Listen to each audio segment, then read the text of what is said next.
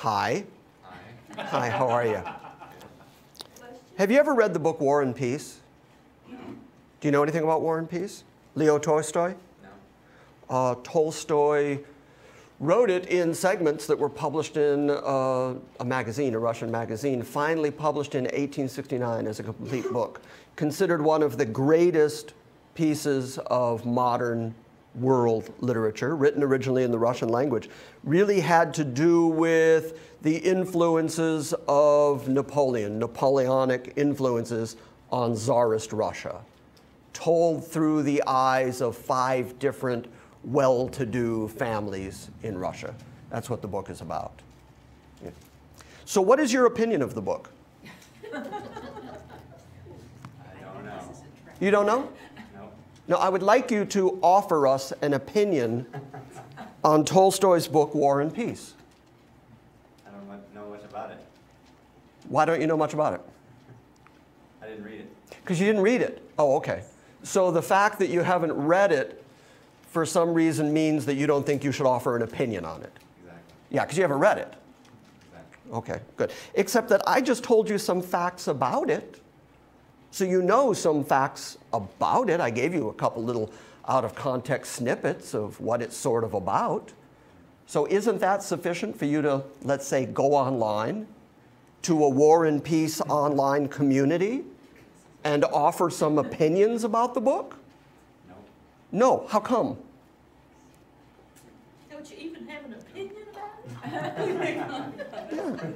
Shouldn't he be able to offer an opinion? And the question is, even though he hasn't read the book and is really unfamiliar with it, if he was to go into an online chat group that was discussing it from an educated, intellectual, literary standpoint, if he came in and started offering opinions, how long would it take for the people who have read it and are intimately familiar with it, how long would it take for them to realize that this guy doesn't know what he's talking about and clearly has not read it? Would it take very long? Not long at all.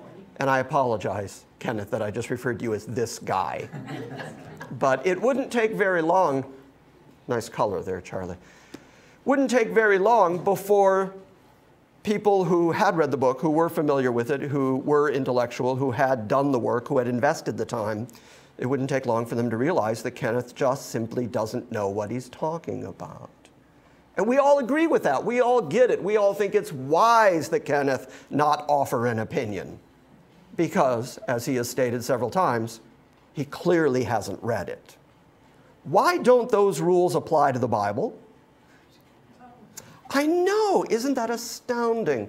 People who have never read the book, who feel no real obligation to read the book, but who have heard little bits of information, little snippets of information about it, consider that enough to form an opinion, and then to bravely, and I would argue foolishly, go online, go into chat groups, or send emails to certain online preachers with opinions about the Bible. And of course, what they don't seem to realize is, just like with Tolstoy's writing, if you've never read Tolstoy and you offer an opinion, those who have read him know you've never read him. And when people offer these sort of opinions online or in chat groups or in my email, it's immediate that I recognize that they not only have never read it, but that they clearly don't know what they're talking about. So where are they getting their opinions? Where are these opinions coming from? Well, 99.999% of the time, the opinions that people offer me about the Bible are opinions that I can also find and locate somewhere else online, usually from some liberal source, some anti-Christian source, some agnostic source, or even some atheistic source, some website that considers themselves intellectual, who argue that they have a healthy skepticism, and usually they argue that Christians, people like you and me, have been duped into believing falsehoods and myths and old wives' tales and things that were written by people 2,000 years ago, and so they accuse us of anti-intellectualism. But in this very strange, upside-down, black is white, good is evil, evil is good, present evil age, What they don't seem to understand or recognize at all is that when they repeat opinions that have been force-fed to them by the groupthink that exists out there, do you understand what I'm saying? There is a force-fed groupthink will give you an opinion. Now you repeat that opinion until it becomes common knowledge. That machine is very anti-Christian and is force-feeding anti-Christian concepts and thoughts to people, especially impressionable people, young people, college students, or people who are just not really very informed about much of anything. They're kind of going through their life, getting all of their information from Jon Stewart or Oprah. And then they think, the ironic part is, even though their thoughts and their opinions are based on force-fed groupthink, they look at us and think that we're the ones who are trapped in some kind of anti-intellectual blindness. When the truth of the matter is, and the longer I'm at it, the more I'm convinced this is true, Christianity is the last bastion of genuine freedom in the world. Because when the whole world is against what you believe and against what you think, and you hold to it, that's what individualism is. Individualism is standing up for what you believe regardless of what the politic of the time is.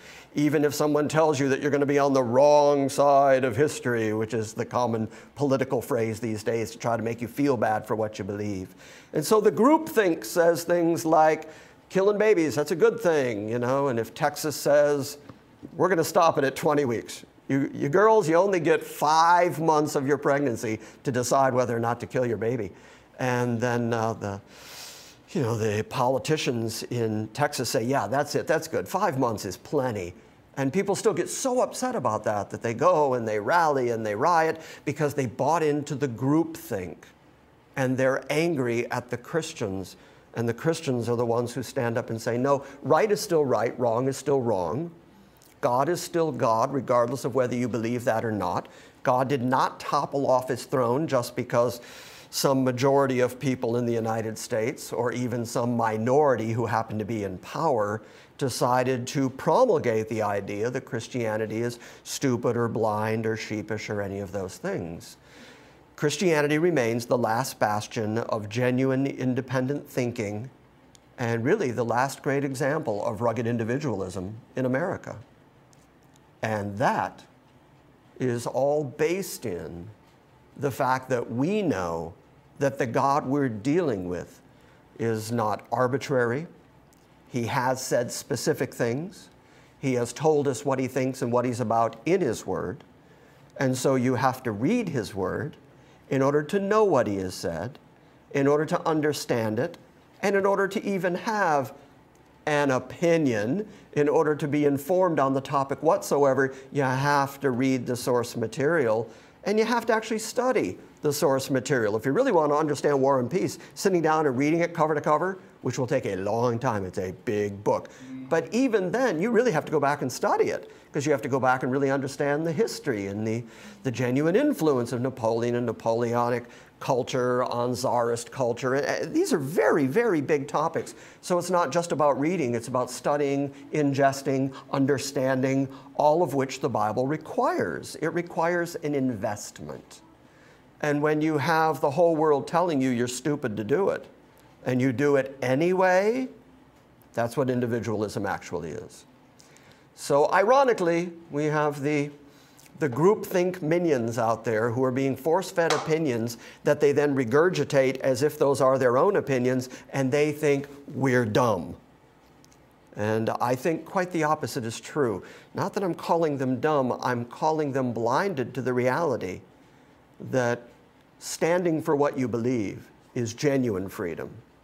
Genuine freedom of thought is saying, I believe this and you can't change me just because it's not politically expedient. True rugged individualism is saying, I have been chosen out by God since before the foundation of the world, and I won't back away from him any more than Paul would or Peter would or any other person, any other saint, any other martyr that laid down their life for what they believe. It's getting worse. It's going to continue to get worse out there, and it's going to require an even greater commitment and obligation on our part to stand up against the forces of evil groupthink that dominate this present evil age, and be willing to stand and to die for what we believe. And that, I say again, is true freedom. Because genuine freedom includes the freedom to say no. Even as the society says, yes, yes, yes, and you're on the wrong side of history if you don't agree with us, genuine freedom includes the freedom to say no, even when everybody else says yes.